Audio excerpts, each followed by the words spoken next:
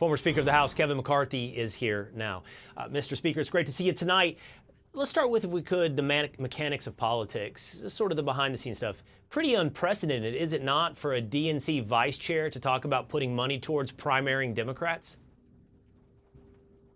Unheard of. The DNC is supposed to unite the party, but what we're watching live is a civil war inside the Democratic Party, and they're fighting for new leadership, and this is what's going to happen. Remember, AOC did this exact same thing a couple years ago, and the party tried to shut her down when she would primary other members in Congress. But she raised the most money of any member in Congress in the last quarter. She's getting the biggest crowds. And this is what I predict.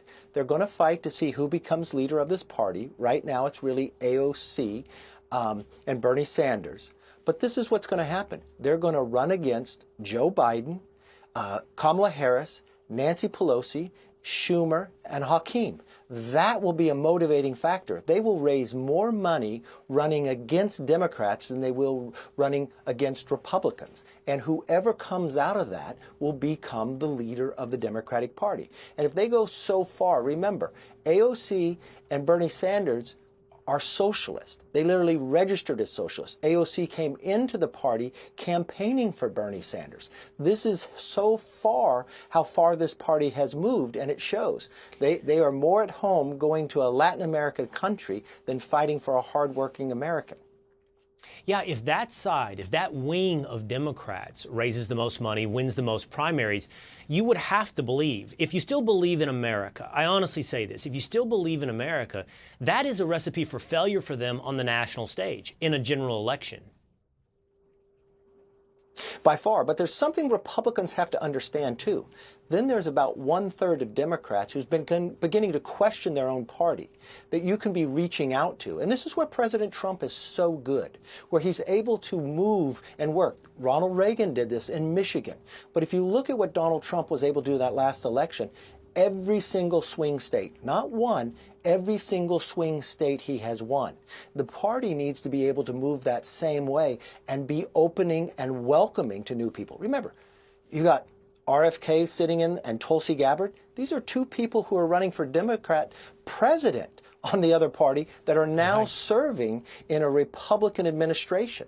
That is what the Republican Party needs to do, open more people up while the Democrats fight among themselves and actually make their party smaller. You know, I'm tempted to ask you if there's any Democratic figure who could stand on the divide in this civil war, who could unite them, who could bridge the gap. But I don't want to ask the question that way because I think it actually ignores the history of Donald Trump, to your point. Donald Trump wasn't a moderate. He didn't bridge two wings of the Republican Party. He truthfully rebranded the party in his own image with his own ideas. So I guess the way to ask this question of you is there any iconoclast, independent thinker, someone who's willing to reject this civil war and guide a new path out there for Democrats? That's how leaders are created. Who is brave enough? They may not have high polling today, but actually stand against where the Democratic Party stands and say they were wrong on these positions. They were wrong. We should have a secure border. Remember when President Trump ran, Republicans didn't give him a chance. They tried to make fun of him. And he changed this entire party. That's why I tell the Republican Party needs to follow Donald Trump. Donald Trump did very well in this last election. The Republican Party did not. We should have won more seats in the House and more seats in the Senate. And if President Trump is not on the ticket, Republicans don't do as well. So they should learn that he has opened new people to the party. Remember, he was the first person to have a leader of a union speak at the convention. People tried to criticize it. He would reach out to RFK where people would say that was a mistake. And every time he did that, he expanded it.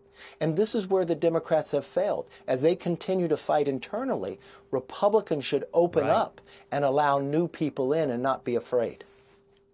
And we see the effect with Donald Trump even in policy today when we talk about the role of tariffs. Yeah, I don't know who that person might be when it comes to Democrats, because right now they're not in the process of opening and creating something new or interesting.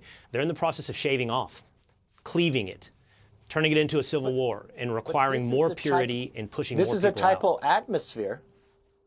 Yeah, but this is the type of atmosphere that creates leaders, right? It's like putting your hand in a bucket of water and pulling out. There's a hole, but something's going to fill it. Who is going to fight for the core of who this Democratic Party needs to be? If they want to stay the way they have been, they will continue to lose. This is the best thing for them. They need to wake up, fight for new leadership, and actually rebrand themselves. This is the same name of the party that brought us slavery in America, that brought us the Jim Crow law. This is the same party with the same name that opened up our borders, that made our community unsafe, that brought us inflation that we hadn't seen since the president Jimmy Carter, a Democratic president.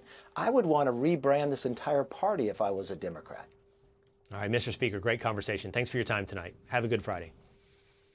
Thank you, Will. Click here to subscribe to the Fox News YouTube page to catch our hottest interviews and most compelling analysis. You won't get it anywhere else.